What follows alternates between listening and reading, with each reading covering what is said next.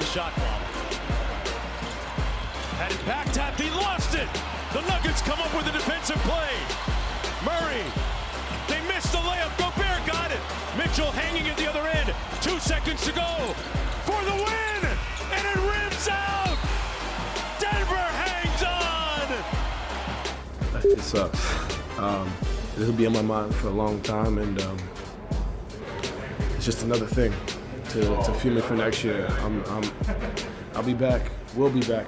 If we lost the game on that layup, whew, I would have been so mad. But nah, Mike almost hit that shot. I was looking at the ball like, man, if this goes in, I'm gonna be heartbroken. But I never been so happy to play so bad in my life.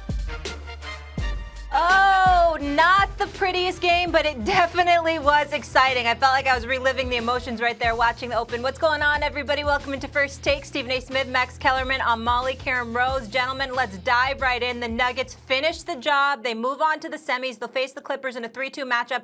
Stephen A., low-scoring affair, came down to the wire. Talk to me.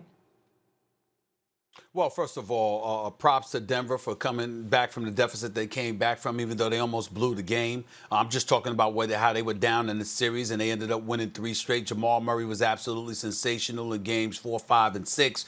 Game 7, give Donovan Mitchell a lot of credit. He D'd him up. He wanted that assignment. He knew that he wasn't flowing offensively, primarily due to pure exhaustion, no question about it, because he's a killer.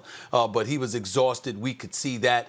In the end, Mike Conley Jr. ended up being a disappointment considering what you acquired him for and how much of an elite backcourt this was supposed to be and how much of an upgrade he was supposed to be in place of Ricky Rubio, who was there prior to his arrival. But the bottom line is this: Denver was a more complete team. They were able to hold on. Jamal Murray did just enough. The Joker, 30 and 14, showed up big time in the Game 7. They showed their immaturity when they stripped Donovan Mitchell and got the turnover instead of holding the ball and getting fouled up 2, just having to go through the free throw line to seal the deal. Instead, what they did was they went up court, they pushed it up court. Jamal Murray passes it, the guy misses a layup, and they still had a last chance, but Mike Conley couldn't drain the three at the end of the game, and obviously that's why Denver ended up surviving, and the appropriate word is to survive. I think the better team won. I think the more complete team won. It was just sad to see Donovan Mitchell so gassed, so out of it. It really was a shame. You would have liked to have seen him be a bit more energetic, have a little bit more energy. That was not the case, and I think ultimately that's what ended up costing Utah, because he was a one-man wrecking crew, and in the end he didn't have the help that he needed, which we all predicted would be the case prior to the game. Well, first of all, my hat's off to these two teams, and especially the two stars, Jamal Murray and Donovan Mitchell. They were exhausted. That's why everything was coming up short. Both teams, there were a lot of ugly shots, even when they had open looks. And it was a bunch of tired legs for obvious reasons. And, of course, you can't predict this stuff. Because going into Game 7, after the show that Donovan Mitchell and Jamal Murray put on, you would think, what are they going to each score 1 billion points? Like, what's going to happen here? And, of course, they're both not only flat offensively, but Jamal Murray made a really bad mental error at the end of that game to not just dribble out the clock and probably, get fouled, and then you hit one shot and you're guaranteed you're going to overtime, and you hit 2 and the game is over. And the game's probably over anyway. So that was a bad error, and Mike Conley, the shot was maybe not halfway in, maybe 1/3 of the way in, 1/4 of the way in before it came back out.